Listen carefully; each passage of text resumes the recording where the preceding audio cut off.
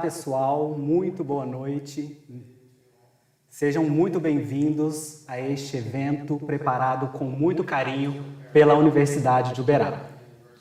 Antes de começarmos, eu tenho alguns recados para você que está assistindo a este evento.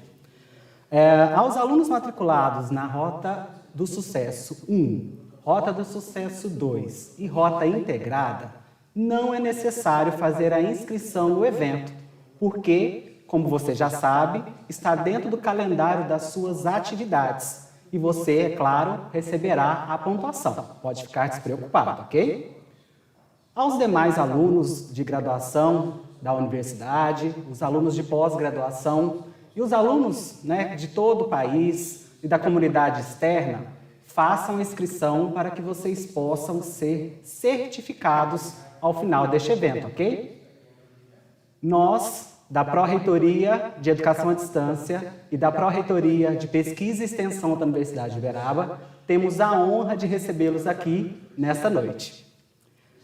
A Universidade de Uberaba, então, deseja a vocês um excelente evento. Nós, nessa noite, vamos ter a honra de recebê-los para o World Press Freedom Month, mês internacional da liberdade de imprensa. O Dia Mundial da Liberdade de Imprensa é celebrado no dia 3 de maio. A data foi criada em 20 de dezembro de 93, com uma decisão da Assembleia Geral das Nações Unidas, que celebra o artigo 19, a Declaração Universal dos Direitos Humanos, e marca o dia da Declaração de Windhoek, uma afirmação feita com os jornalistas africanos em 1991, afirmando os princípios da liberdade de imprensa junto com a Unesco. Para celebrar essa data tão especial mundialmente, estamos promovendo este evento online com a participação do importante jornalista americano Peter Tedeschi e da renomada jornalista brasileira Adriana Afonso. Para este evento, estamos com o tradutor Rodrigo Andrade. Rodrigo é graduado em Letras pelas Faculdades Associadas de Uberaba e mestre em Estudos Linguísticos pela Universidade Federal de Uberlândia, na área de Estudos Linguísticos. Possui especialização em Língua Inglesa, área dos conhecimentos de Linguística, Letras e Artes. Atualmente é professor efetivo de Língua Inglesa na Escola Estadual Frei Leopoldo de Castelo Novo e de Língua Inglesa e Alemão no Instituto Cultural Brasil-Estados Unidos. Tem experiência na área de letras, com ênfase em língua inglesa. Também estamos contando com a presença da Educator USA Advisor, Mariana Amaro. Mariana é professora da USL, English as a Second Language, há mais de 20 anos. Mentora do programa Jovens Embaixadores em 2018 e é, como eu disse, Education USA Advisor, desde 2019. Obrigado a vocês pela participação. A palestra, então, que abre o World Press Freedom Month, mês internacional da liberdade de imprensa, será apresentada por Peter Tedeschi. Peter Tedeschi é jornalista e ator, cobriu eventos de mudança de vida como zonas de guerra na América Central, negociações de paz no Oriente Médio e os ataques de 11 de setembro. Ele criou Larry King Weekend na CNN e atuou como produtor sênior da Larry King Live. Ele co-criou, desenvolveu e atuou como produtor executivo do noticiero CNN e mais tarde em CNN Espanhol, serviço de língua espanhola da CNN.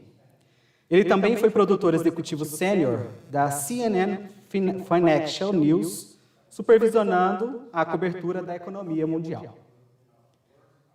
Para falar sobre o Dia Mundial da Liberdade de Imprensa, então, conquistas e desafios, é com grande satisfação que convido o nosso palestrante, Peter Tedeschi.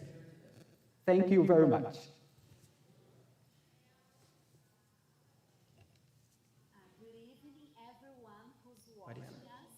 Boa noite a todos que estamos assistindo.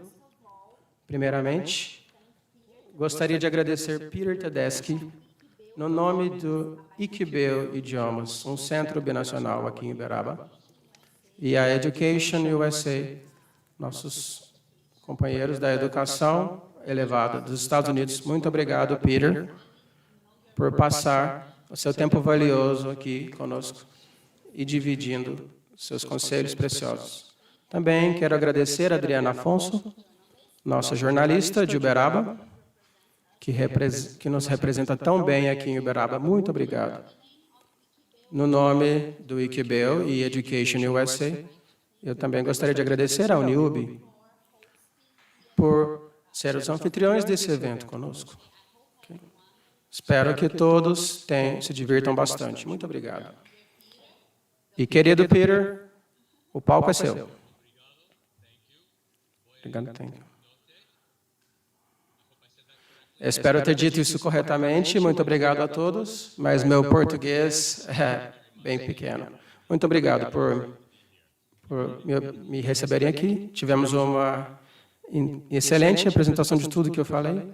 A maioria das coisas foi nos bastidores e os produtores, jornalistas, que trouxeram as histórias juntas, nos ajudaram. Eu também trabalhei com as câmeras, de uma forma de me apresentar para os nossos amigos aqui essa noite. Então, vou mostrar apenas em 1 minuto, como um produtor de TV, eu sou bem preciso com o tempo.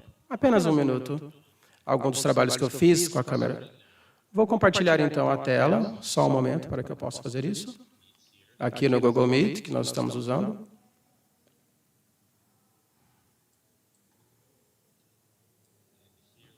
E lá vamos nós.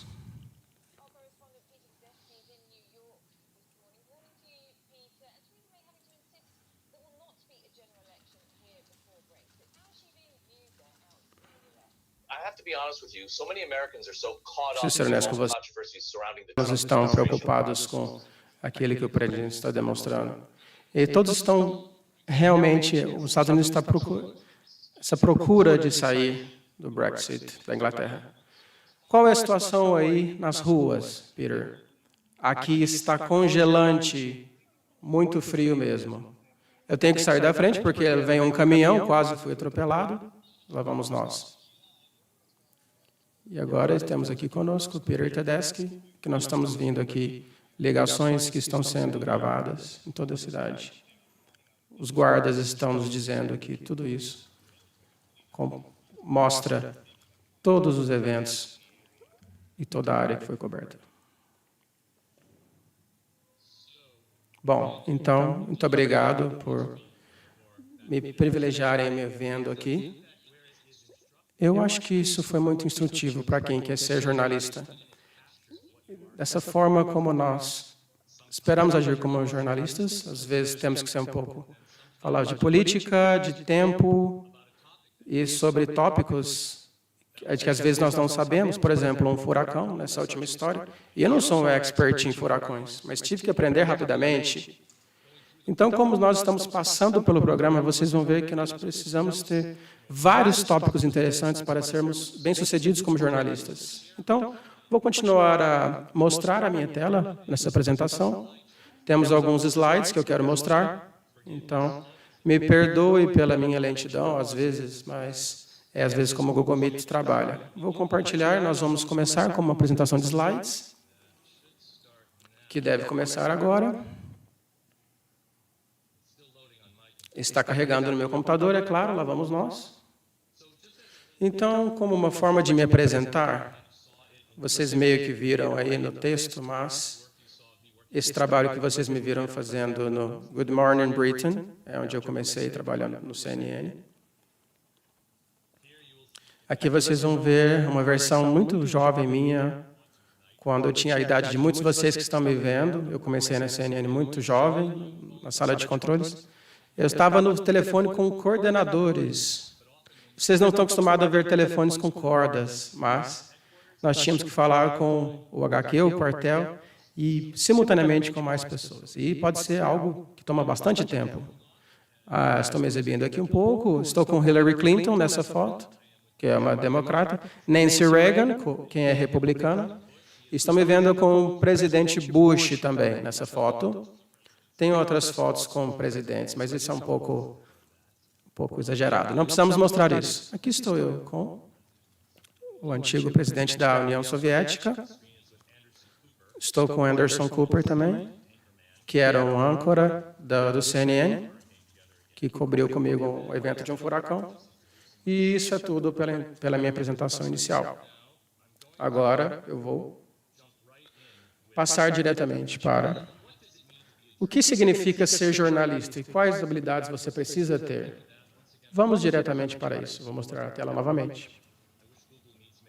Eu gostaria que o Google Meet pudesse me fornecer isso com apenas o apertar de um botão, mas temos que apertar vários. Então vamos lá. Enquanto carrega, lá vamos nós. Então, o que é jornalismo? O que o torna, o que constrói um bom jornalista? Vamos começar. O dicionário diz que é a escrita, a boa escrita e preparar notícias para impressão, para a internet ou exibição, a TV a cabo ou novas organizações também. Mas isso é muito clínico. Eu acho que o que realmente representa esse jornalismo é o desejo de tomar passos, informar os cidadãos, amigos, cidadãs também, e o desejo verdadeiro de compartilhar com todas as pessoas da cidade, do seu bairro, dar informações que todos pediram e informar decisões necessárias para a vida, seja em relação ao voto, seja em relação à coleta de lixo e diversos aspectos. Então, novamente, o que faz um bom jornalista é o desejo de informar. Uma boa escrita, boa habilidade de contar histórias. Então, encorajo todos vocês que são alunos agora, certifiquem-se do quão bem vocês estão escrevendo, quão bem vocês organizam seus pensamentos, vocês escrevem e apresentam suas ideias. Sempre dizemos que no jornalismo, aquilo que é factual ainda é uma história. E você precisa saber contar essa história que tem um início lógico, um meio lógico, um fim lógico. Por exemplo, quando eu trabalhei com o assunto do furacão, eu não estava interessado em tempos e nesse tema, mas eu precisei me informar. E olha o que acontece, no país, olha o que acontece no mundo, tem vento aqui, tem sol ali. Eu achava isso tão entediante, mas eu precisava mostrar isso. Eu precisei aprender, eu precisei mostrar com uma forma interessante. E eu aprendi o quão importante isso é.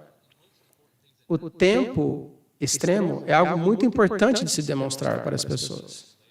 Isso poderia se tornar algo grandioso na sua vida, mais para frente. É preciso prestar atenção também nos detalhes. Às vezes você consegue pegar os detalhes corretamente, mas qualquer detalhe que você se esquecer pode criar uma percepção errônea do que realmente aconteceu. Vou dar um exemplo para vocês. Poderia dizer, eu entrei na loja, minha mãe entrou comigo.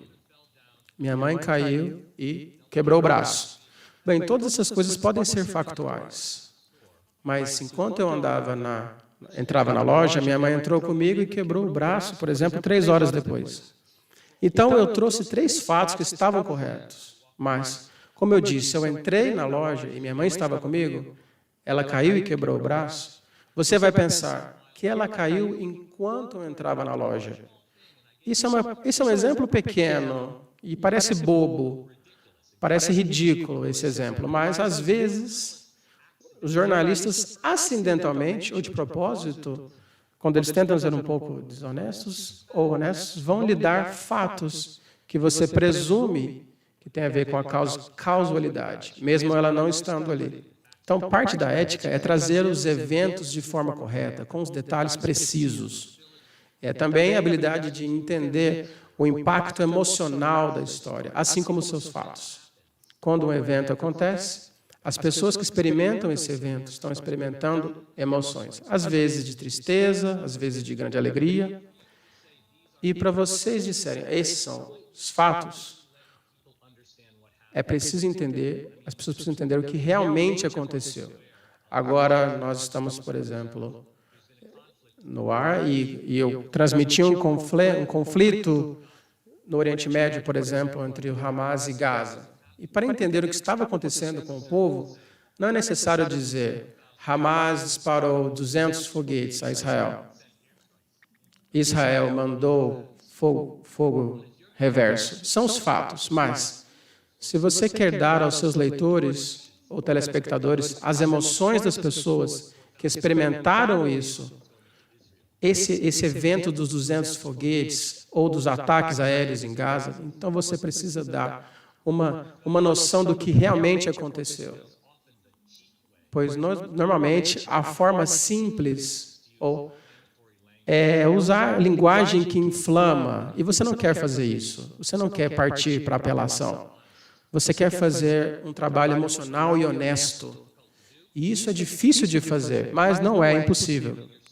É preciso se colocar nos lugares daquelas pessoas que estão passando pelos problemas, que experimentaram os eventos. Isso é muito difícil de fazer, mas não é impossível, com esforço e coração aberto.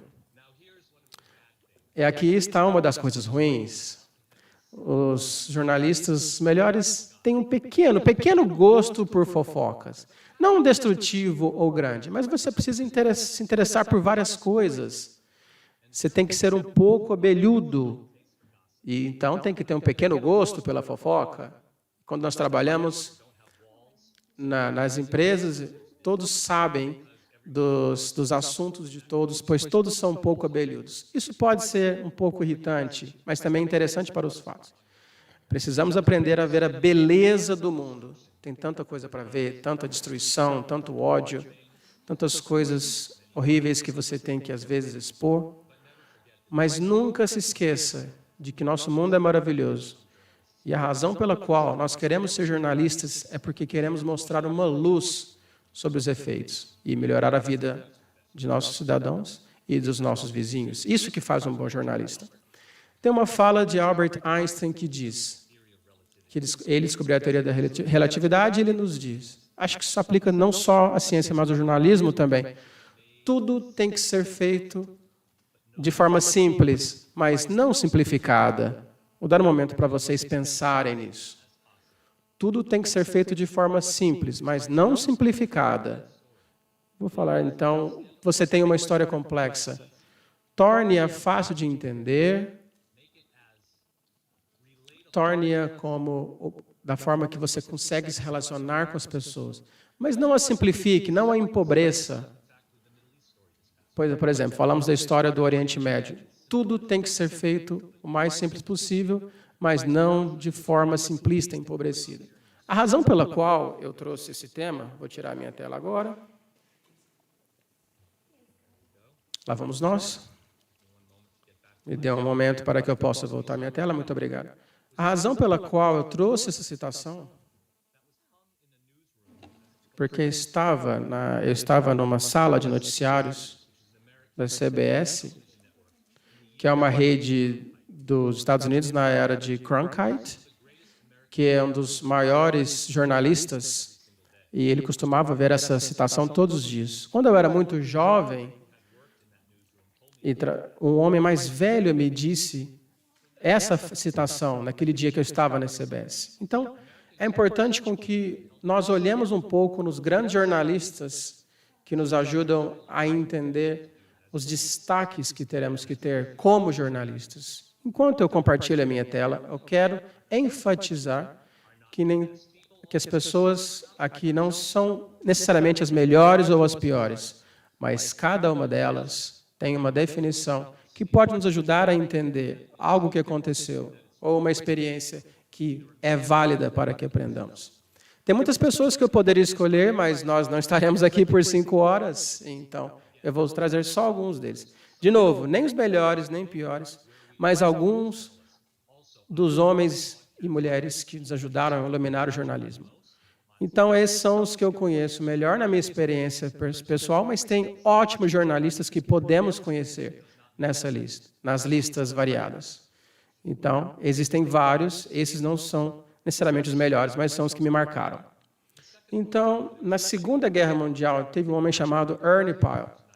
Ele viveu de 1900 a 1945, cobriu a Segunda Guerra Mundial, morreu em combate na Segunda Guerra e escreveu histórias pessoais de soldados ordinários. E muitas pessoas que cobriram a guerra, falaram sobre as estratégias generais. Ele decidiu falar sobre os aspectos pessoais, as pessoas que viveram e que morreram. As pessoas que compraram jornais na década de 40 tiveram, graças a ele, um exemplo das histórias e das histórias pessoais e das emoções que ele passou. Isso que eu cito como especial. Ernie Pyle é uma das pessoas que conseguiu mostrar aos outros jornalistas que é possível tecer e contar histórias de forma emocional. Muitos jornalistas perderam suas vidas em zonas de guerra. Eu não vou entrar nesse aspecto agora. Quero falar de Edward Murrow. Ele trabalhou com a rádio da CBS. Você está vendo ele no microfone? Ele levou a guerra para nossas casas. Ele mostrou o que era. Então, antes dos dias da TV, as pessoas podiam ouvir os soldados marchando, graças a ele. Todas as pessoas que não estavam na guerra poderiam ouvir ao vivo o que estava acontecendo. Depois, em sua carreira, quando ele mudou para a televisão, teve um senador chamado Joseph McCarthy, que as pessoas diziam que era um homem ruim, que falava sobre a ameaça vermelha em relação aos soviéticos. Dizia que muitos iriam se tornar soviéticos, comunistas. Então, ele arruinou. Muitos que falavam contra o senador McCarthy foram arruinados. Então, em um ponto, Edward R. Murrow fez uma entrevista, e nessa entrevista ele pôde mostrar como era ilógico e ruim algumas das acusações que Joseph McCarthy estava fazendo e prejudicando a vida das pessoas. Isso trouxe um fim ao terror que Joseph McCarthy, o senador, promoveu. Mas ele estava acabando com a vida das pessoas nos Estados Unidos. E quando Edward R. Murrow fez sua intervenção, sua entrevista, muitos comediantes nos Estados Unidos, naquele momento, fizeram paródia, brincaram com o senador McCarthy e que o derrubariam. Então, os jornalistas poderiam ser muito ruins ou muito bons no fim da injustiça. Temos o exemplo de Walter Cronkite. Ele morreu muito velho em 2009. Eu o conheci uma vez no elevador e eu fiquei muito empolgado. Eu pude falar com ele, mas eu estava muito nervoso para pedir para tirar uma foto, por exemplo, porque eu não quis dar uma de estúpido, mas foi muito bom conhecê-lo. Então, ele mostrou qual seria o tom dos âncoras, homens e mulheres do futuro. Tudo aquilo que estava em preto e branco, ele mostrava com autoridade, com precisão, e sempre pesquisava mais do que ele precisava para conhecer bem as histórias. E por isso que eu trouxe a citação de Albert Einstein. E até hoje ele é lembrado por cobrir o assassinato do presidente Kennedy e das missões espaciais americanas. A história que fez muito, que diz muito sobre as histórias americanas, a história americana, a história mundial, não é? E nós vemos ainda documentários sobre o assassinato do presidente Kennedy, ou sobre as conquistas dos homens, por exemplo, ao pousar na Lua. Nós mostramos um clipe do Walter Cronkite mostrando o quão isso foi importante para todo mundo e para todos nós. Bom, temos Dan Rather, que sucedeu Cronkite. Ele serviu como um âncora na história da TV americana. Ele ainda está vivo, ele é da década de 80. E ele trabalhou mais do que todos da história jornalística americana. Por 24 anos, ele fez dessa empresa como a número 1. Ele a tornou a número 1. Então, eu ainda o sigo, eu ainda acompanho todos os seus tweets, todas as suas mensagens. E, nesses 24 anos, ele cometeu apenas um erro e, por isso, ele foi removido de forma injusta. Eles o demitiram. Então, foi um dia muito ruim para o jornalismo. Por apenas um erro, ele foi demitido depois de 24 anos como um grande âncora, que não é justo. Isso mostra como a atenção aos detalhes é vital nesse ramo. Barbara Waters foi a primeira mulher a trabalhar como âncora Ela foi maravilhosa como uma das primeiras mulheres a entender, e ela ainda está viva, diga-se de passagem. Ela não simplesmente lia o jornal, as notícias, mas ela trazia as notícias de forma coerente, com emoção, e não apenas fazendo uma simples análise, mas dando uma opinião e mostrando o que podemos fazer a seguir, para onde podemos ir daqui. E por isso, ela essencialmente criou o conceito de que nós vamos chamar de alguém que faz as notícias e comenta as notícias enquanto entrevista. Isso é muito importante ao se fazer, ao tentar entrevistar as pessoas. Pergunte o que vocês vão fazer a seguir, não somente fazer uma análise ou restar os fatos. Carol Simpson foi a primeira âncora afrodescendente, afro-americana. E ela foi muito prestigiada. Eu a incluo na minha lista de jornalistas prediletos, não só porque ela era afrodescendente, mas também por conta dos seus comentários. Foi uma excelente âncora, repórter. E até hoje, aos dias de hoje, ela é jornalista e professora. Em outras palavras, ela era uma pessoa das notícias habilidosa. E ela colocava as notícias acima de tudo, acima de todas as categorias. E por colocar o jornalismo em primeiro, ela foi uma excelente jornalista e continua sendo até hoje. Carl Bernstein e Bob Woodward, vocês estão vendo ele no topo, quando eles eram jovens, e agora, lá embaixo, nos dias de hoje.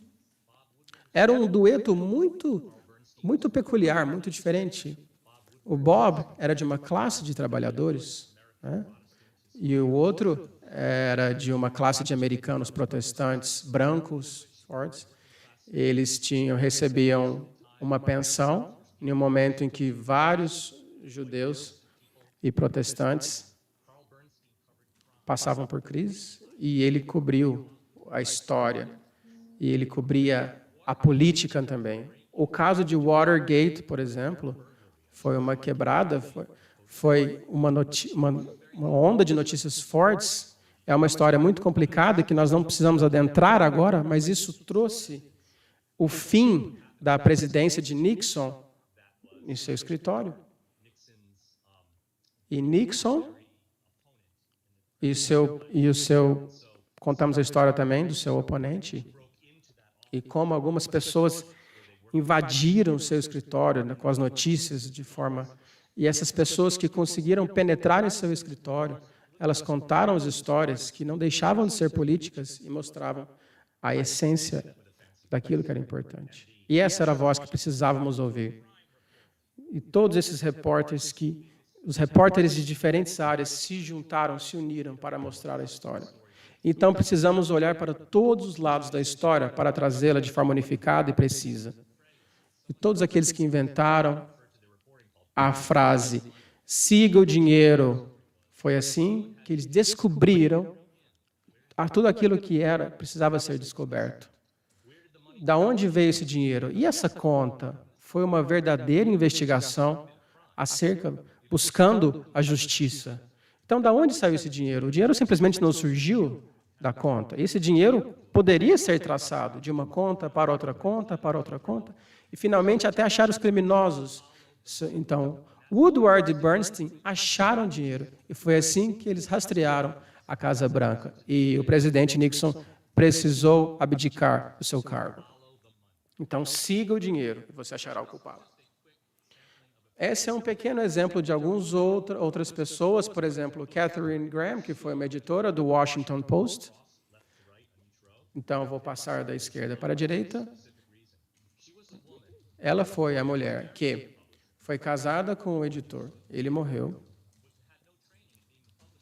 E ela não teve mais como se eximir do dever. Então, ela entrou e começou a trabalhar no Washington Post. E até hoje, o Washington Post traz as maiores histórias, as inovadoras em todo o mundo, porque ela traz a sua essência. Então, podemos utilizá-la.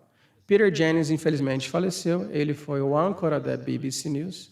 E, em seus momentos como produtor e executivo, foi aquele que trouxe os gráficos importantes que muitas pessoas achavam que não era ético, mas as suas histórias com estatísticas, história e os fatos trouxeram um novo momento, pois você pode trazer gráficos e imagens que são muito relevantes.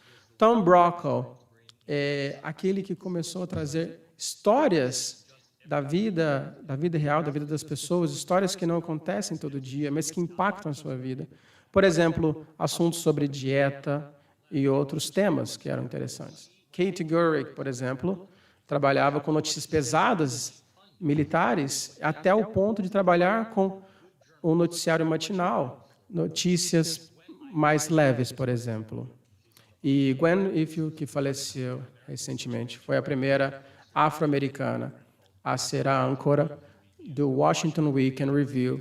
Aqui nos Estados Unidos, isso nos mostra que, aliás, esse show foi conduzido sempre por brancos, de cabeça branca, e ela nos mostrou que nós podemos quebrar o molde. Só porque não foi feito antes, não significa que não pode ser feito agora. Então, eu vou parar essa tela um pouco e nós voltaremos em mais um momento. Nós retornaremos à câmera. Lá vamos nós, obrigado. Então, eu espero que esse bombardeio de informações não tenha sido muito, mas são algumas das informações importantes que eu quero mostrar. Então, vamos recapitular. Você precisa ter um interesse em mostrar várias histórias. Precisa ter um interesse em aprender várias histórias. Precisa aprender a organizar essas histórias e precisa aprender também a aprender coisas novas. Não tenha medo de inovar. Entenda que todas as pessoas que eu mencionei vieram com algo que ninguém havia bolado anteriormente. Não porque eles são mais inteligentes do que você e eu, talvez alguns sejam, mas porque eles estavam dispostos a inovar. Agora vamos ver mais uma tela. Esse só tem uma tela, não se preocupe, não vou tomar muito tempo da câmera. Então, lá vamos nós. Me perdoe por todos os cliques que estou fazendo aqui. Todos os botões. Lá vamos nós. Bom, esse é um conceito um pouco complexo, mas quem é o jornalista? Então, vamos olhar para algumas pessoas que são jornalistas. São pessoas que trabalham em organizações como jornais, aqueles impressos, os jornais da TV, os jornais da rádio, os websites, que agora estão ganhando mais e mais espaço. Mas, em 1972, teve um caso da Suprema Corte americana, pois nós, nos Estados Unidos, temos aquilo que nós chamamos da primeira emenda, que nós chamamos de liberdade da imprensa, e jornalistas tinham algumas pretensões acima da lei.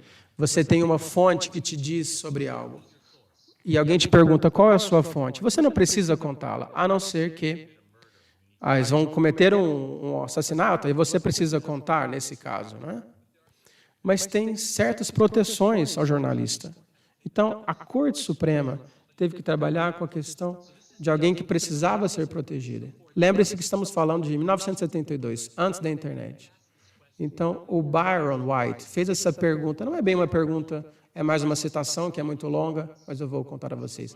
A liberdade da imprensa é o direito do panfletário solitário, que usa papel de carbono ou um mimeógrafo, mas é também o mesmo direito que tem um grande publicitário das grandes metrópoles. Ou seja, nós temos tanto os mimeógrafos antigos, que é mais antigo do que eu, ou você tem os outros instrumentos, né, que causam desgaste no seu braço, por exemplo, o mimeógrafo, mas de qualquer forma, qualquer um que tenha uma dessas máquinas, isso é anterior aos computadores e às impressoras. Então, se você tem dinheiro suficiente para fazer os seus panfletos e você tem as notícias para colocá-lo, e se você passa essas notícias, isso te faz um jornalista? Isso não te faz um jornalista. Nós não recebemos um diploma assim como... Não é exatamente da mesma forma como um médico. Nós temos aspectos diferentes. E agora nós temos a internet. E nós temos o Twitter, por exemplo. Temos o Facebook, temos blogs. Então, os blogueiros são jornalistas, os tuiteiros são jornalistas. Muitas pessoas dizem, jornalistas cidadãos. Mas essa questão ainda não foi respondida, e eu mesmo não conseguirei responder nessa noite, nenhum de nós. Porque os donos do Twitter, os donos do Facebook, os donos das companhias de blog, como companhias americanas, elas querem manter a primeira emenda da liberdade do discurso da imprensa, então eles não querem censurar nada. Dizem, nós não somos editores, portanto, nós não temos responsabilidades éticas. Eles estão começando a fazer isso agora, no Twitter, quando você reporta um tweet ruim, complicado, como, por exemplo, o caso de Donald Trump, que foi banido. Então, eles têm esse poder agora. Mas eles dizem, nós não somos editores. Nós não temos a mesma categoria da CBS, do Washington Post, das empresas que nós citamos. É uma situação diferente. Mas, na minha opinião, eu acho que eles são editores, pois eles têm um material que eles estão publicando e mostrando para o mundo. Não sei se vocês viram, mas, infelizmente, tivemos números de ataques, grandes ataques aos judeus, e isso é lamentável. Foram atacados de diversas formas, e é uma situação em que alguém dispara uma arma de fogo ou gera uma explosão em alguns lugares de Nova York, e eu moro lá, posso dizer onde foram os lugares, mas eu não estava lá, claro. Então, eu vi alguém tweetando a esse respeito. E nas organizações de Nova York, em uma televisão que temos apenas em Nova York, ele tweetou de volta para a pessoa, dizendo nós podemos colocar esse vídeo na televisão? E a pessoa tweetou de volta, sim, você pode. Então, eles fizeram uma troca de compartilhamento de vídeos, uma transação, uma negociação, trazendo notícias através do Twitter. Então, alguém poderia dizer que isso aconteceu outro dia, e alguém poderia argumentar o seguinte, então, nós estamos trazendo um exemplo de como do porquê os jornalistas cidadãos podem ajudar aos jornais, às empresas, às televisões. Então, eu vejo tweets todos os dias que dizem que não estão repletas de fatos todo o tempo. Mas eu não quero falar muito sobre isso, mas como esteve nos noticiários, eu vejo pessoas que são a favor do Hamas, e colocam os fatos, mas deixam de fora alguns dos fatos importantes, ruins, de coisas que eles fizeram, e aqueles que são a favor de Israel vão, de forma tendenciosa, ocultar algumas informações, mas eu não quero fazer julgamentos de valor. Então, fica um pouco tendencioso e alguns detalhes ficam de fora. Acredito que o New York Times e o Washington Post e as empresas de notícias também, às vezes, fazem isso. Agem de forma tendenciosa, deixando alguns fatos de lado. Mas você pode, hoje em dia, contactá-los e dizer, hey, eu acho que isso ficou tendencioso. Então, agora, quando tem uma pessoa louca, digamos assim, que pode trazer com um mimeógrafo uma notícia, e é uma máquina em que nós temos que fazer esse movimento, que é difícil. Se você tivesse um desses em casa, acho que muitos não tinham, mas se você tivesse, você poderia printar, trazer 30 cópias, por exemplo, e você poderia dizer qualquer loucura que você quiser. Mas se você está tweetando, o planeta inteiro pode ver. Então, existe uma responsabilidade nisso. E muitas pessoas que estão tweetando não assumem, não fazem aula de ética, não vão atrás da verdade. Então, existe um perigo, mas, da mesma forma como eu estou exibindo, existem oportunidades para que coisas ruins aconteçam e boas também. Eu sou muito otimista, mas acredito que, com o tempo, os problemas vão se ajeitando, e eu acho que Facebook, Twitter, os sites de blog, as pessoas que estão nesses ambientes terão que ser tratados como editores de jornalistas, pois muitas pessoas morreram, muitas pessoas receberam informações. Temos aquelas notícias que inflamam Então, eu acho que existe uma preocupação do que é jornalismo, o que torna as pessoas jornalistas, mas a conversa que nós temos, o tema aqui, se trata das fake news, as notícias falsas. E vamos tentar buscar uma definição e um entendimento acerca desse assunto. Então, novamente, estou mostrando a minha tela.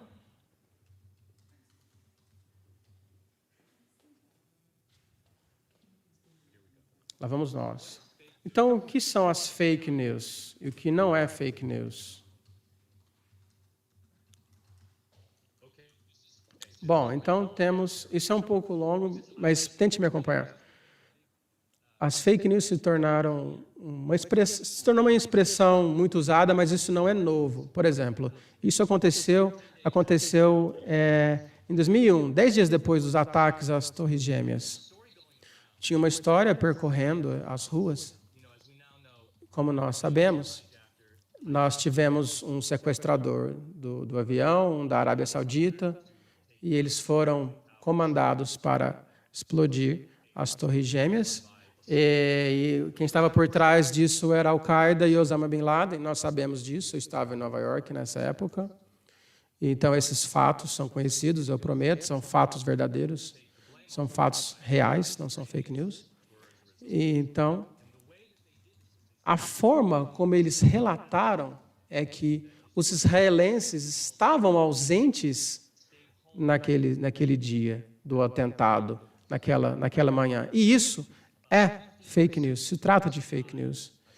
Pois nós vimos que 15% das pessoas que faleceram nesse evento, 15% eram judeus, e judeus de Nova York. E de onde veio essa notícia da ausência dos israelenses?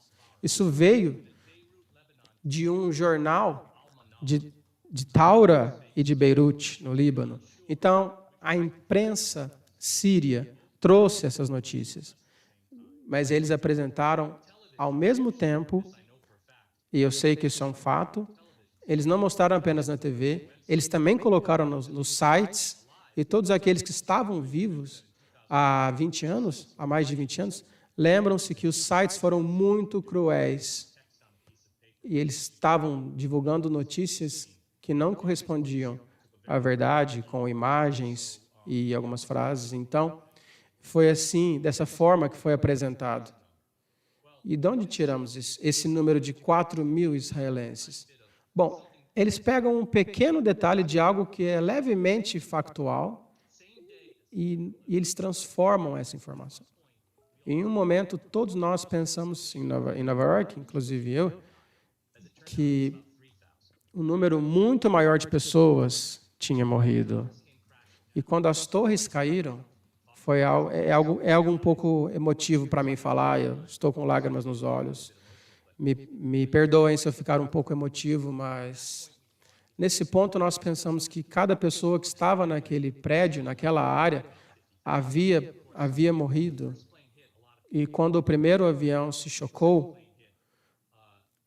e as pessoas começaram a gritar, muitas pessoas começaram a se afastar.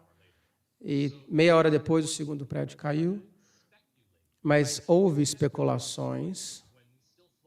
E quando nós estamos especulando sobre o número real de pessoas que morreram, por exemplo, cerca de 20.000 israelenses que moravam na região, naquela parte de Nova York, e tivemos, a respeito dessas pessoas, informações sobre essas pessoas, e nós vimos, o número não bate, o número de mortes não bate com o número de pessoas.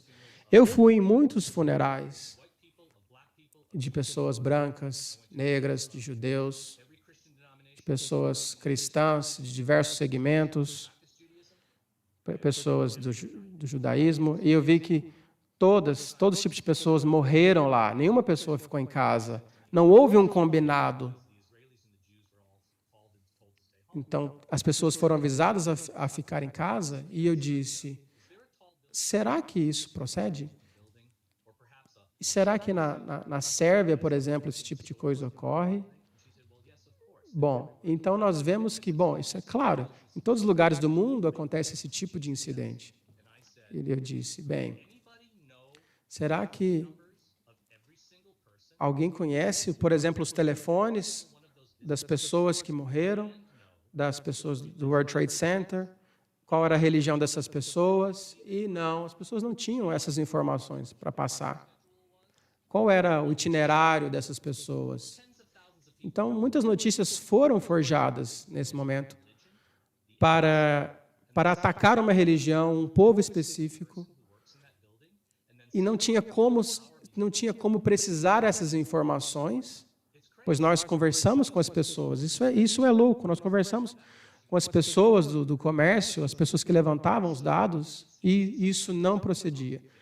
Portanto, às vezes conseguimos derrubar as fake news, mas às vezes é mais fácil acreditar nas fake news. Vamos a mais um exemplo. Isso rolou no Twitter, que o Papa Francisco apoiou o Donald Trump. Isso não aconteceu. Isso foi assustador, porque isso recebeu mais de 950 mil participações e compartilhamentos no Facebook. E notem que ele foi perdendo a sua popularidade. E isso foi uma criação em seu favor. Então, de uma forma em que demonstrava os seus dados, e vemos que, em relação à votação em que ele perdeu em alguns estados, a Hillary teve até mais estados do que ele, mas ele foi eleito. E temos esse site, por exemplo, o WTOS5, que é famoso por criar fake news, e trouxeram os fatos de forma distorcida. Eles trouxeram, e na verdade, quando nós fizemos a correção, apenas 10 mil pessoas participaram da correção, compartilharam a correção, mas 950 mil publicaram as fake news, então participaram mais do ato errado do que do ato correto. Então temos a seguir os teoristas da conspiração, pessoas que acreditam em conspirações malucas. Temos aqui o fato de que alguém roubou os e-mails do Partido Democrático e publicaram a notícia de que eles estavam fazendo pedido de pizza. E aí nós temos um codinome do que seria pizza. Seria codinome para molestação, abuso de menores. Então, eles decidiram que informar que o lugar onde isso estava acontecendo era entre aqueles do Partido Democrata. E quando esses sites e esses blogs e twitters estão informando essa notícia de que jovens estavam sendo molestados, um homem decidiu ir a essa tal pizzaria com armas, ele estava disposto a fazer justiça. Quem está aqui molestando crianças? Vou matar essa pessoa. E quando ele entra naquele lugar, não tinha porão, não tinha nada que comprovava essa notícia. Isso foi uma fake news, isso nunca aconteceu. A sorte foi que a polícia o parou antes que ele tentasse fazer justiça com as próprias mãos, acerca de algo que não existia, e por conta de uma notícia falsa, muitas pessoas poderiam ter morrido de forma injusta. Então, essa pessoa estava acreditando que as crianças estavam sendo molestadas. Isso poderia comprometer as relações jornalísticas, isso poderia mudar os rumos eleitorais, e as pessoas poderiam ter aberto fogo aos noticiários, aos jornalistas. Então, temos muito que corrigir, e na minha experiência com televisão e jornalismo, eu tenho só mais alguns minutos, quero agradecer vocês, vou responder perguntas. Me sinto muito honrado em poder falar com vocês, muito obrigado.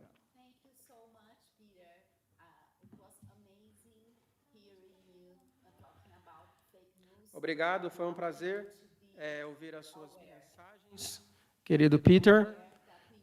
Estamos cientes de que nós recebemos informações preciosas. Muito obrigado.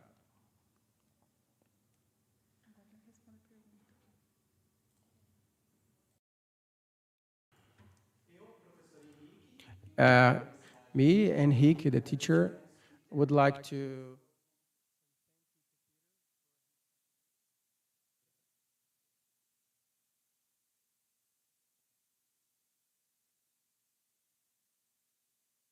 Sucesso 2 e Rota do Sucesso integrada, que não é necessário enviar o seu nome e o RA pelo chat. Porque se você já acessou o link dessa palestra via AVA, o sistema está preparado para computar a sua presença, ok? Aos alunos que não são da EAD Uniub, e sim, alunos de graduação presencial, pós-graduação e comunidade externa, devem fazer a inscrição para receber a certificação. O link para a inscrição neste evento está disponível no chat do YouTube e também está fixado no chat, ok? Bom, gostaria de reforçar algumas situações também. Vale lembrar que este evento reforça a internacionalização e a extensão dentro da Universidade de Uberaba. Nossa missão é promover a internacionalização da universidade nas suas áreas de atuação, contribuindo para a formação do profissional compromissado com uma sociedade justa. Com este evento, colocamos em debate oportunidades oferecidas por parceiros da Uniub como diferenciais na formação acadêmica e cultural dos nossos alunos e da comunidade externa. Essas experiências incentivam a aprendizagem da língua inglesa, pois o conhecimento de diferentes idiomas é um diferencial na sua vida e na sua jornada pessoal, profissional e acadêmica. Agora, a palestra é com a jornalista brasileira Adriana Afonso. Adriana Afonso é jornalista formada pela Casa Universidade de Uberaba, com 24 anos de atuação no mercado da comunicação. Teve passagens pelo Jornal Impresso, assessorias de comunicação e por mais de 20 anos se dedicou ao jornalismo televisivo, onde exerceu os cargos de produtora, editora e apresentadora em afiliadas da Rede Globo. Atualmente, coordena o setor de comunicação e marketing do Hospital Elian Gotti e comanda sua empresa, Adriana Afonso de Comunicação, oferecendo soluções para a melhoria da imagem e comunicação dos clientes. Para falar, então, sobre o Dia Mundial da Liberdade de Imprensa, conquistas e desafios, convido a Adriana Afonso para palestrar para nós. Bom evento.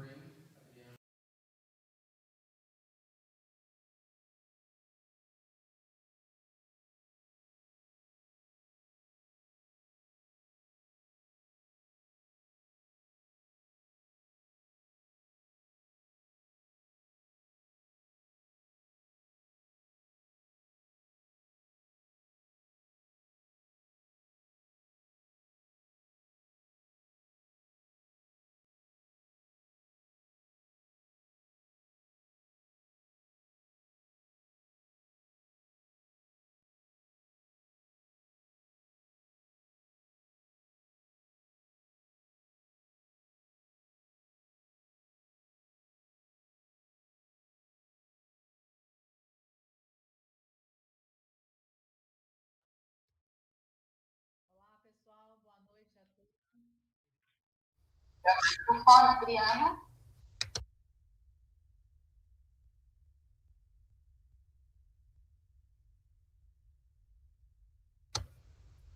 Conseguem me ouvir agora? Sim. Ok.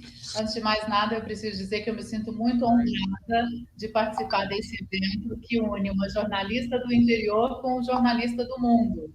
Isso, para mim, é uma honra, com toda certeza. Agradeço ao Uniub pela oportunidade, ao Equibel pelo convite e pela confiança em mim e no meu trabalho. Pegando o link, né, do último tópico, depois dessa aula de jornalismo dada pelo Peter, o link das fake news é um grave problema aqui no Brasil também. Quando a gente faz uma pequena busca na internet, e eu tive essa curiosidade de jogar essa busca aqui agora para trazer para vocês, fake news estatísticas no Brasil. Vejam o que sai. 62% dos brasileiros não sabem reconhecer fake news, diz pesquisa. Mais de 70% dos brasileiros com internet já acreditaram em uma fake news. Brasil é o país onde há mais preocupação com fake news. Quando a gente fala de período pandêmico, coronavírus, fake news atinge 110 milhões de brasileiros, o que a gente considera gravíssimo, né? Porque entra o papel do jornalista em informar, trazer a informação correta sobre um assunto que no início até os profissionais ligados à área da saúde tinham muitas dúvidas. O que dizer então dos profissionais que estavam ali na linha de frente tentando levar essa informação para o maior número de pessoas, não é? E paralelo ao trabalho sério e dedicado do jornalista, tem um batalhão de pessoas disseminando fake news. E aí eu tenho vários exemplos com relação a isso aqui no Brasil, porque costumamos dizer que vivemos duas pandemias, a do coronavírus e a da fake news. Quando o Peter traz para a gente o papel de grandes jornalistas americanos, a atuação deles, e ele cita, por exemplo, que Barbara Walters dava opinião quando ela apresentava as notícias na bancada, né, com toda a imponência que ela sempre teve. No Brasil, nós vivemos um período oposto a isso. Tivemos aqui, inclusive, comentários que não deveríamos dar opinião. E eu discordo um pouco. Eu acho que sempre disse e digo até hoje para os meus alunos, tenho a oportunidade de ensinar comunicação e mídia social para adolescentes, tem sido muito prazeroso, que o jornalismo, a comunicação em si, ela agrega diversos pontos de vista. O Peter trouxe o exemplo, segundo ele, um exemplo absurdo, da queda da mãe dentro de uma loja. Qualquer pessoa que estivesse ali assistindo realmente teria um ponto de vista diferente. Qualquer pessoa que vá narrar um fato, vai narrar o fato com um ponto de vista diferente. Não podemos confundir nunca ponto de vista com opinião. Tá? E aí a gente percebe-se claramente, ouvindo as palavras do Peter, uma maturidade no jornalismo americano que talvez nós aqui no Brasil ainda não tenhamos, não é? Eu tenho outros números que talvez vão desenhar um cenário muito sombrio, mas infelizmente é uma realidade que vivemos no Brasil. A gente vive hoje um clima hostil para com os jornalistas. Temos um período aí de muito radicalismo, né? E isso tem se transformado em estatísticas muito perigosas e muito negativas, de violência contra os profissionais do jornalismo. Eu tenho alguns dados aqui com relação a isso, que olha só, a descredibilização da imprensa foi uma das violências mais frequentes no Brasil nos últimos anos. Nós tivemos aí 152 casos. O que é essa descredibilização? É muito complicado dizer isso, e o Peter, que está nos ouvindo, talvez ele vai até se assustar. Vivemos num Brasil onde já se disse que não é necessário ter o diploma de jornalista para exercer a profissão. A gente sabe que hoje qualquer pessoa é capaz de criar um conteúdo com o advento da internet e das redes sociais. Mas tem algumas coisas que a gente só aprende no banco da faculdade. E uma delas é a ética, os preceitos que regem o jornalismo, quais são os pilares que a gente deve seguir no nosso dia a dia. É claro que eu sempre vou falar com a minha visão de jornalista de uma cidade do interior de 330 mil habitantes. Não tive a oportunidade de trabalhar num grande centro, mas acompanho, né, diariamente a rotina, a luta dos colegas que estão aí passando por situações muito difíceis no dia a dia. Olha só, a gente tem uma estatística aqui dos agressores. Quem são os principais agressores dos jornalistas hoje em dia? Em primeiro lugar, essa foi uma pesquisa feita pela Federação Nacional dos Jornalistas, a FENAJ. E 176 casos dessas agressões partiram do governante máximo do nosso país. Depois, servidores públicos, em segundo lugar, 20%. E aí vem políticos, internautas, populares, com percentuais bem menores. Então, a gente vive um momento em que, se eu tenho uma... E o Peter pode falar sobre isso daqui a pouco, porque os Estados Unidos passaram por esse mesmo problema, talvez numa dimensão, né, claramente diferente, uma dimensão maior, quando era o outro presidente dos Estados Unidos. Só que lá a gente percebe essa maturidade que eu falei há pouco, né? O Peter pode falar com mais propriedade que eu, mas me chamou muito a atenção quando o Donald Trump estava fazendo um pronunciamento e ele começou nesse pronunciamento a disseminar fake news. Os grandes canais que estavam ali ao vivo com ele pararam a transmissão. Isso é um sinal de maturidade. Isso é um sinal de que eu sou uma empresa de comunicação séria. Ele não está falando a verdade. Não vou compactuar com isso. E aí eu deixo um questionamento. Nós temos isso no Brasil? Ou vivemos um período em que a gente tem pessoas que fazem questão de disseminar uma fake news? Nós temos pessoas que ganham dinheiro disseminando fake news. E se tem o exemplo da pandemia, a gente tem que ter um cuidado extremo com relação a isso. Porque em alguns casos, aqui no Brasil, as fake news começaram a surgir com mais frequência em meados de 2015. E quem se lembra, eram mais comuns os casos que envolviam celebridades, figuras públicas. Só que hoje em dia isso virou um problema crônico no nosso país. Porque a partir do momento que eu pego meu aparelho celular e eu dissemino uma informação falsa que vai impactar diretamente na vida de milhões de pessoas, eu vejo como se eu estivesse cometendo um crime. E é um crime, né? A gente sabe que hoje em dia existem leis que regem, né, a internet, o meu papel no mundo virtual. Então, as pessoas deveriam se atentar com relação a isso.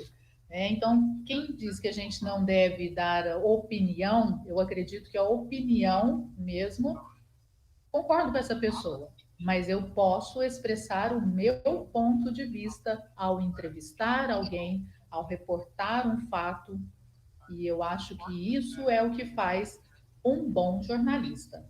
Aquele que né, tem todas as características que o Peter trouxe para a gente, saber escrever, ser curioso, gostar um pouquinho de uma fofoca, por que não?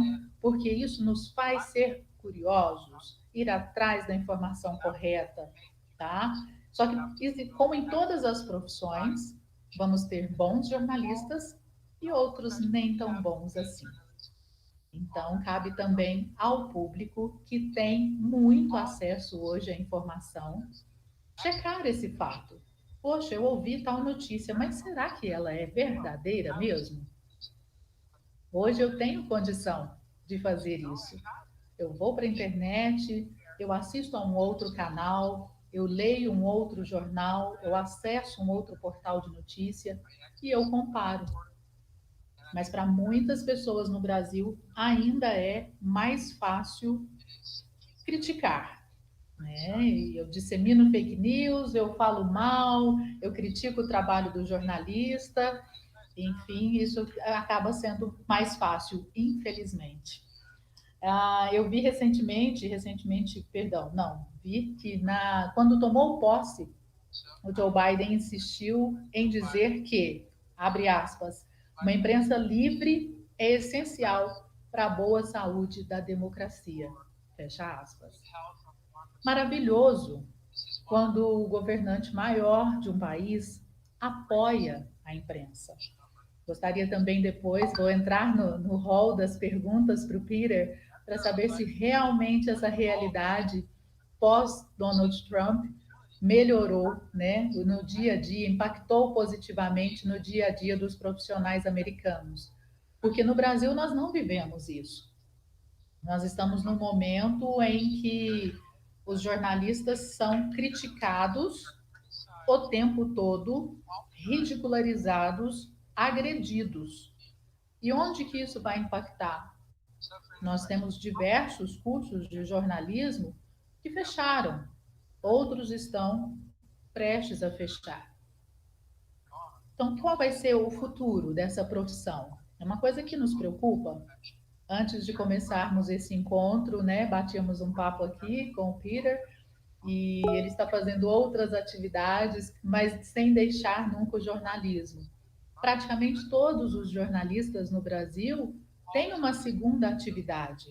A comunicação nos move, é uma paixão, mas temos que ter o chamado plano B, porque a gente tem um futuro incerto da nossa profissão hoje em dia, infelizmente, por conta desse momento que a gente vive. Eu separei outros dados aqui com relação a essas violências, né, que os nossos jornalistas brasileiros têm sofrido. A gente sabe que em outras partes do mundo esses dados são muito mais cruéis, né, muito mais impactantes, mas a gente não deve deixar de ver o nosso próprio quintal, né? Precisamos saber como está aqui. Então, uma outra pesquisa também da FENAGE, que é a Federação Nacional dos Jornalistas, mostrou que no ano de 2020 nós tivemos assassinatos, agressões físicas, ameaças e intimidações. De novo, a descredibilização da imprensa, né, apareceu no topo dessa violência. Injúrias raciais. Quando a gente pega por esses dados por gênero, os homens são as maiores vítimas. Mas quando os ataques são destinados às profissionais mulheres, esses ataques vêm com uma pitada de machismo. E muitas das vezes esses ataques vêm de pessoas públicas, que têm um impacto muito grande junto à sociedade, junto à comunidade. Se nós, jornalistas, somos formadores de opinião, imagine um governante, uma figura pública, que fala para uma nação inteira. Então, a gente precisaria ter um olhar mais criterioso com o momento que nós estamos passando. Esse encontro maravilhoso, né, que nós temos aqui hoje, foi motivado pelo mês da liberdade de imprensa e um outro levantamento feito pela organização Repórteres Sem Fronteiras mostrou que o Brasil caiu pelo segundo ano consecutivo no ranking da liberdade de imprensa. Entre 180 países, nós ocupamos o 107º lugar. A gente fica atrás apenas de Angola, Montenegro e Moçambique. As motivações políticas do cenário político atual no Brasil também são apontadas como um fator que levou a essa queda. E esse relatório afirmou aqui que nós estamos vivendo uma era particularmente sombria da democracia e da liberdade de imprensa no Brasil. A meu ver, é muito preocupante, porque a liberdade de imprensa é um dos pilares de uma sociedade democrática. Então, a gente tem que pensar sobre isso. Eu vou criticar quem está trazendo a informação até mim, ou eu vou dar crédito a esse profissional que eu sei que checou os fatos, ouviu todos os lados daquela história e me trouxe uma visão que eu não teria se viesse de uma outra maneira, pelo WhatsApp, pelo Twitter, pelo Instagram, pelo Facebook, de uma pessoa que eu não conheço. Todas as pessoas podem ser criadores de conteúdo. Esse conteúdo é confiável? A gente deve sempre fazer esta pergunta. E eu vejo aqui no Brasil, infelizmente, uma busca pelo imediatismo. É claro que, principalmente depois das redes sociais, e todo mundo tem um celular na mão e todo mundo virou meio repórter, todas as empresas de comunicação lutam para dar a notícia primeiro, para ter aquele imediatismo. E, infelizmente, a gente vê alguns atropelos nesse processo, né? Quando a gente fala de um fato, uma grande tragédia que acabou de acontecer, como nos Estados Unidos foi um 11 de setembro, no começo, para o profissional da comunicação, é muito difícil checar os fatos. Acabou de acontecer. Então, podem acontecer aí, nesse primeiro momento, algum erro de interpretação, algum dado errado, e não é feio chegar e falar, me desculpe, né? Falamos isso e, na realidade, o que queremos dizer é aquilo. Mas nem sempre isso acontece, tá? O imediatismo aqui é que algumas empresas de comunicação, alguns profissionais, principalmente, pautam aí no dia a dia. Eu quero falar primeiro, eu vou trazer essa notícia, e aí dificilmente ele vai trazer todos os lados da questão.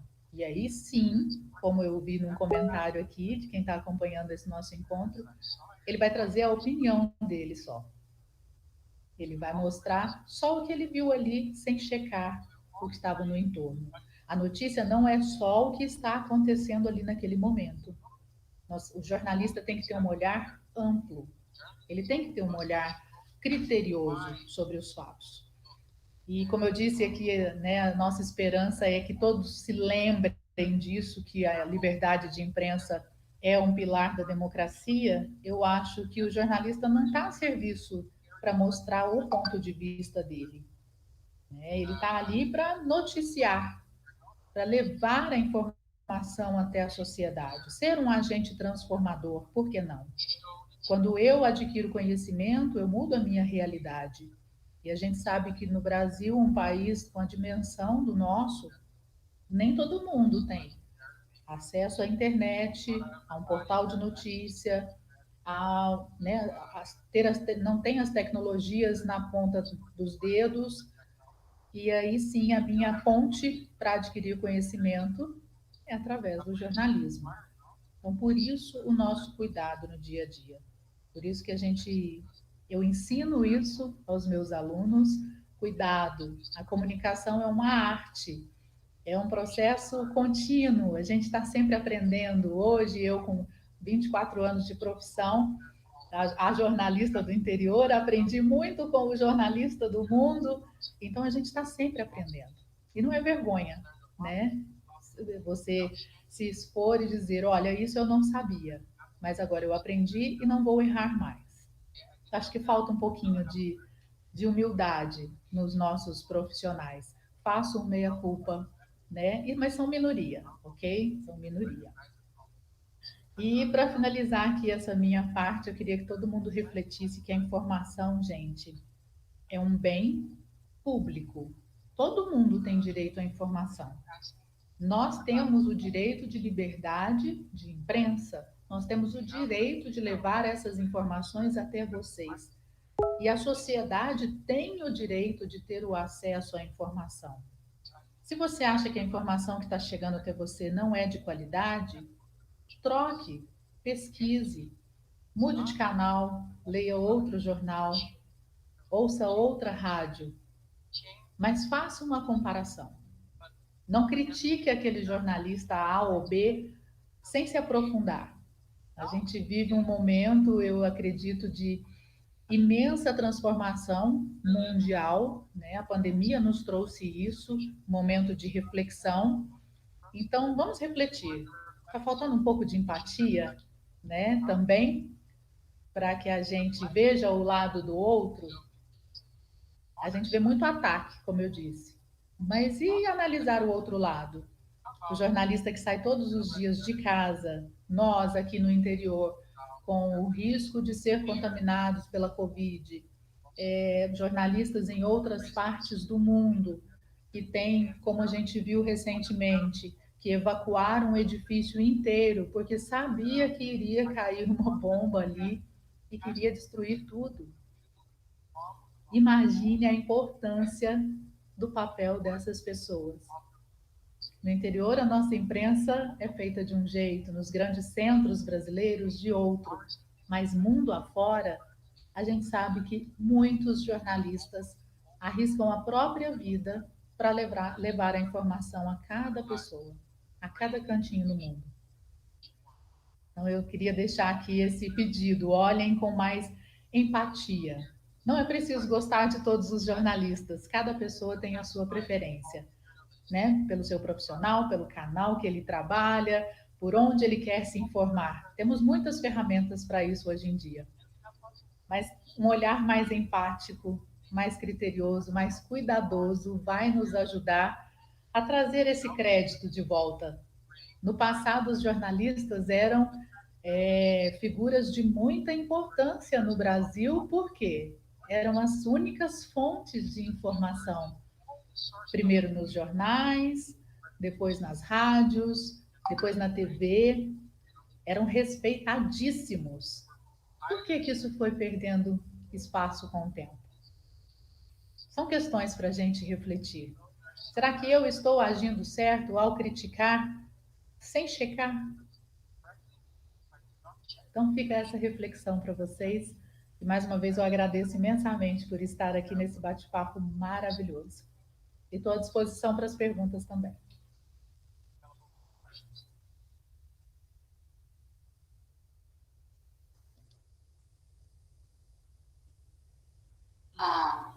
Adriana, Peter here said that you were fabulous. Você saiu de forma fabulosa. E agora nós teremos o Henrique. Depois o Henrique, Peter vai acrescentar mais algumas coisas para nós, certo, Peter? Adriana, muito obrigado pela Adriana, thank you very much Foi uma contribuição muito for your valiosa. contribution. O pessoal no chat conversando. The guys on the debatendo. chat are talking about it. Vale lembrar, pessoal, que o tema dessa rota é exatamente para instigar vocês a pensar a respeito do assunto. Nós não estamos aqui querendo que vocês tomem algum partido, nós não vamos entrar dentro desse mérito, mas é só para reforçar e para ter esse mês de liberdade da imprensa, não é? É um dos princípios, né, da sociedade, é um princípio ético, é respeitar e aceitar as opiniões alheias, não é verdade? Então, por isso, eu só queria reforçar esse momento com vocês, tá bom? Para que vocês peguem tudo que foi falado, né? Pensem a respeito do assunto e cada um nas suas concepções, nas suas ideias, façam, né, o movimento aí que essas palavras puderam ecoar na vida de vocês.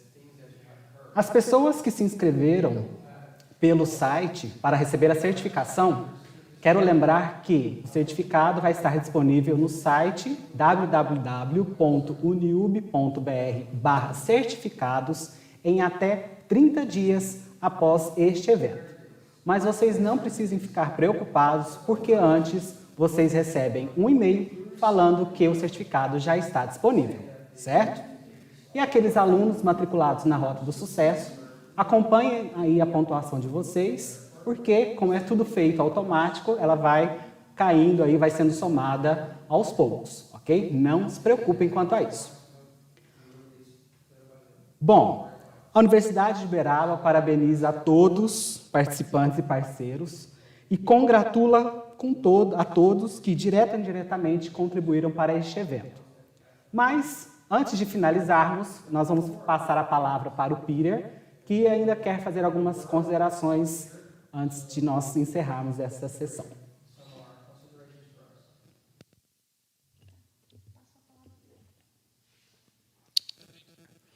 Obrigado, todos conseguem me ouvir bem agora? Ótimo. Então, eu achei... Adriana, foi ótimo o que você falou, incrível, muito obrigado. Eu não quero simplesmente adicionar o que você falou, porque foi perfeito do que você falou. Eu passei por uma jornada, aquilo que faz um bom jornalista, mas algumas questões que foram preparadas, internamente sobre aquilo que você falou. Deixe-me brevemente falar sobre um aspecto. Eu não vou me ater a tudo que está aqui no PowerPoint, vou apenas me ater a algumas coisas importantes. Então, Ted Turner criou a TV de 24 horas, Ted Turner. Antes disso, a TV de 24 horas não existia. Essa foi uma grande inovação para nós. E o Roger Ailes, que não é um jornalista, ele criou a Fox News nos Estados Unidos no final da década de 90. E ele a lançou através de uma forma que garantia a opinião das pessoas. Então, nós temos a TV do horário nobre, da TV a cabo, e nós temos as pessoas que estão aparecendo na tela para você. Então, nós temos um canal que segue uma tendência democrática e a outra republicana. E um advogado defendia um aspecto dizendo: todos sabem que isso não é real, que esse jornalista democrata está enveredado para uma questão. E todos diziam lá nos tribunais que nós sabemos como as coisas estão acontecendo. E eu vi muitas entrevistas e que as pessoas estavam falando de convidados de apenas um dos lados. Então, nós temos diferenças de opiniões que, na verdade, não retratam sempre aquilo que está acontecendo. E eu queria dizer que a Adriana foi muito incrível e que o jornalismo americano tem maturidade. E, olha, eu quero dizer que nós também temos nossos tropeços. Mas tudo isso que nós mostramos como as opiniões, que são mostradas como notícias, tivemos um problema em que tínhamos apenas 2 ou 3 canais e tínhamos que ouvir uma opinião que era diferente das nossas crenças. Agora, se você quer assistir Fox News, assista Fox News. Se você quiser assistir a BBC, você pode assistir a BBC. Então, você está hoje livre para escolher o lado e a fonte que realmente faz sentido para você. Então, nós temos situações diferentes. E eu vou dizer mais uma coisa sobre as fake news. Eu não havia me ligado anteriormente ao que era as fake news. Mas o Donald Trump geralmente vai chamar aquilo que é fake news de acordo... Se ele não gostar, ele vai chamar de fake news. Fake news não é algo que você não gosta, ou algo que você deseja que não fosse verdade. Então, no momento ele recebeu um telefonema do primeiro-ministro australiano e foi uma conversa tensa, e ele reportou dessa forma. E ele ficava dizendo, isso é fake news. E não era fake news. E foi realmente uma conversa tensa. Mas ele tentava dizer, olha, isso é fake news porque isso não vale a pena ser reportado. Então, porque você acha que não merece ser reportado, isso não significa que são fake news. Não sei se isso faz sentido para vocês. Então, eu adicionei isso para a gente celebrar a beleza do jornalismo, mas nós temos muitos desafios ainda nos Estados Unidos, e a Adriana foi maravilhosa, Mariana, muito, muito obrigado. Não tenho certeza sobre o tempo, mas estou disponível para responder perguntas. Agora nós teremos as perguntas que os estudantes escreveram no YouTube. Pessoal, infelizmente, por conta do horário, nós vamos ter que encerrar a palestra, mas eu tenho certeza que depois vocês podem acessar o YouTube, ler os comentários, ver todas as contribuições dos nossos alunos, da comunidade externa também, para esse tema tão importante, tão necessário a ser debatido.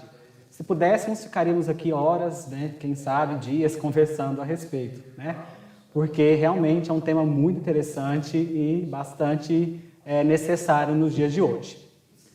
Bom, gostaria de agradecer também ao pessoal que está aqui por detrás das câmeras, o pessoal que está operacionalizando tudo isso para que esse evento acontecesse de forma brilhante, como aconteceu nessa noite. Gostaria de pedir desculpas se algumas vozes saíram aí ao fundo, mas realmente nós precisamos fazer a tradução do Peter para vocês e do português para o Peter também. Mas tudo isso faz parte de um evento tão grandioso que foi esse que nós tivemos essa noite. Um evento internacional com palestrantes internacionais e o palestrante brasileiro, né, do nosso país. Então, eu tenho muito orgulho de ter feito parte dessa noite, dessas contribuições. E, mais uma vez, eu gostaria de agradecer a oportunidade em nome da Universidade de Uberaba. E, com certeza, vocês vão usufruir desses conhecimentos que foram trabalhados aí nessa noite. Desejo, então, uma boa noite a todos vocês. Obrigado pela oportunidade, por estarem aqui, por escolherem assistir essa palestra conosco. Até a próxima e espero vocês numa outra oportunidade.